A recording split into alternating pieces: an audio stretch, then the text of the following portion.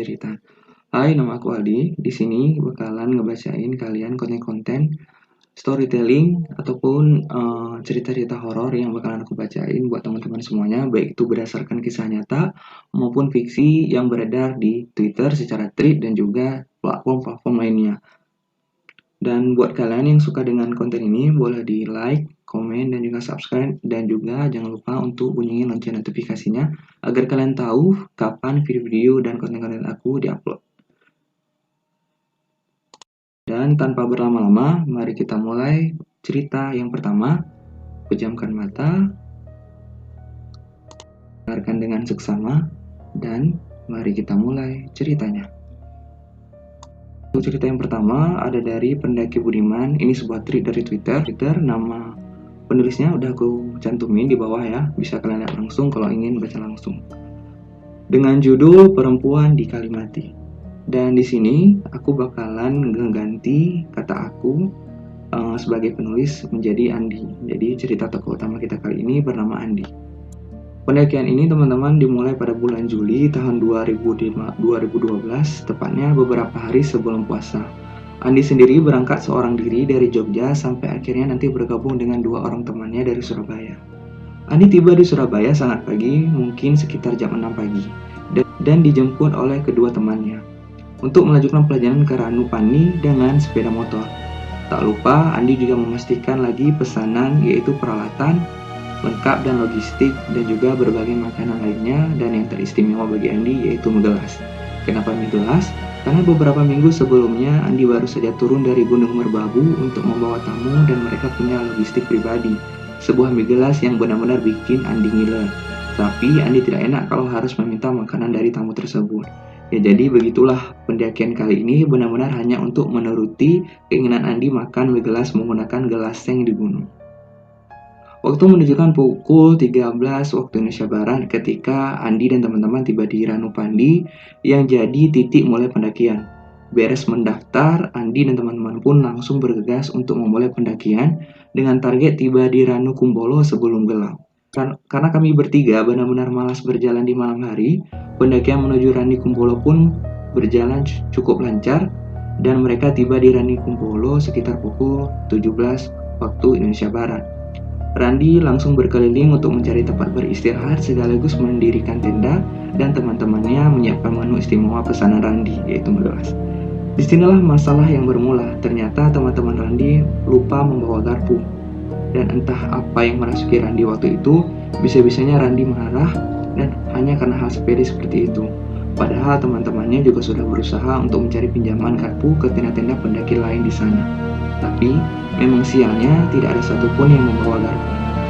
Dan akhirnya Andi pun meminta untuk pindah camp ke Arkopodo atau Kalimati hanya untuk mencari pinjaman garpu. Keegoisan paling bodoh selama pendakian Andi selama ini. Dan Andi juga tidak tahu apa yang dipikirkan teman-temannya hingga menuruti permintaan konyol Andi. Padahal hari sudah mulai gelap dan seperti yang dijelaskan tadi bahwasanya mereka semua benar-benar malas untuk melakukan perjalanan pada malam hari. Dan akhirnya perjalanan malam hari itu pun dimulai. Lepas maghrib selesai mengisi air dan mempersiapkan headlamp, Andi dan kawan-kawan pun melihat tanjakan cinta. Hari sudah mulai gelap waktu itu dan keadaan pertama pun muncul. Andi dan teman-teman benar-benar yakin melihat deretan lampu senter sedang menembus Oro-Oro Ombo, padahal tak ada satupun rombongan yang menyusul Randi dan kawan-kawan pada saat itu. Pertemuan antara jalur aik-aik belakang Andi, lalu dari mana asal rombongan pendaki tersebut. Andi dan teman-teman masih mencoba untuk positive thinking kalau rombongan pendaki tersebut menyusul waktu mereka sedang packing. Dan Andi pun berinisiatif untuk menyusul mereka dengan harapan perjalanan malam hari ini bisa lebih menyenangkan jika bergabung dengan kelompok besar. Melewati Oro-Oro Ombo, kita punya 2 pilihan jalur. Pertama, menembus deretan bunga verbana seperti yang dilakukan rombongan pendaki tersebut, atau berbelok ke kiri dan sedikit memutar, tanpa perlu melewati deretan bunga verbana. Pilih jalur yang kedua agar bisa menyusul rombongan tersebut dengan harapan akan bertemu di Cemoro Kandang. Tapi tiba di Cemoro Kandang, ternyata kami kehilangan jejak cahaya dari rombongan itu. Cemoro Kandang benar-benar sepi, tidak ada orang sama sekali. Salah seorang teman Andi pun mengingatkan bahwa tidak usah mengejar rombongan tersebut karena kakinya mulai terasa sakit karena harus berjalan cepat tadi. Dan mereka pun memutuskan untuk beristirahat sebentar di Cemoro Kandang. Teman horor ini pun dimulai saat nyanyi termos dan dimulai camar. Andi yakin sekali melihat seorang pendaki dari arah hutan Cemoro Kandang dan dia sempat memulai kepada Andi, tapi ketika Andi panggil dia tidak bergeming sedikit pun. Lalu seorang teman Andi pun menepuk pundaknya. Sorot mata mereka bertemu seolah menemukan sepakat untuk tidak membahas apa yang barusan dilihat. Sebelum melanjutkan perjalanan menuju Jambangan, Andi minta untuk berdoa kembali agar diberikan kelancaran dan keselamatan.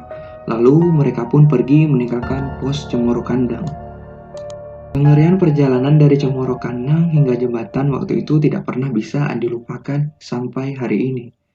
Memasuki hutan Cemoro Kandang, jam baru saja menunjukkan pukul 19 waktu Indonesia Barat, tapi suasana hutan saat itu benar-benar sunyi dan mencekam. Perjalanan siang tadi hanya ada satu kata yang silih berganti dari mulut kami. Aman, dah aman. Setelah keluar dari hutan Cemoro Kandang, sebenarnya badan Andi sudah mengeluarkan sinyal agar segera beristirahat. Kakinya sudah benar-benar pegal karena sedari pos Cemoro Kandang tadi tidak diberi istirahat sama sekali. Namun ketika tiba di Jambangan, hawa berubah drastis hingga membuat Andi susah bernapas dan ingin muntah. Sampai akhirnya salah seorang temannya menyadari Andi dan mengambil posisi leader yang tadi Andi pegang untuk memimpin. Jam menunjukkan pukul 21 waktu Indonesia Barat ketika mereka tiba di Kalimati. Mereka pun bergegas mendirikan tenda dan memasak. Andi dan teman-teman juga sudah mulai melupakan soal garpu dan keanehan yang barusan mereka alami.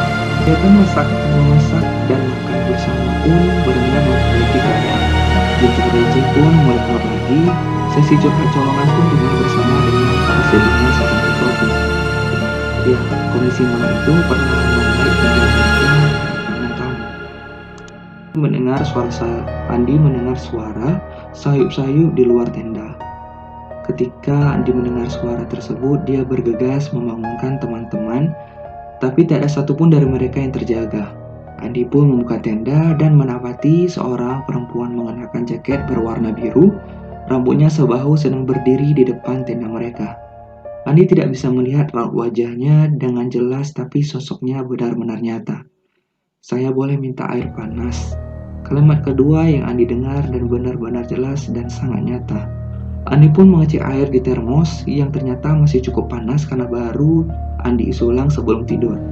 Lalu Andi berikan kepada wanita tersebut. Andi pun sempat menawarkan wanita tersebut untuk masuk ke tenda agar lebih hangat dan bisa membangunkan teman-temannya untuk menunggu di luar. Namun wanita tersebut tak menjawab sama sekali. Ia hanya menggenggam gelas itu seperti sedang kedinginan, dan tak lama berselang, ia menaruh gelas yang diberikan Andi dan mengucapkan terima kasih lalu berlalu. Dan Andi pun melanjutkan tidurnya hingga pagi menjelang. Andi kemudian melanjutkan aktivitas pagi ini dengan menyeduh secangkir kopi dan mulai memasak agar mereka bisa segera turun sebelum siang menjelang.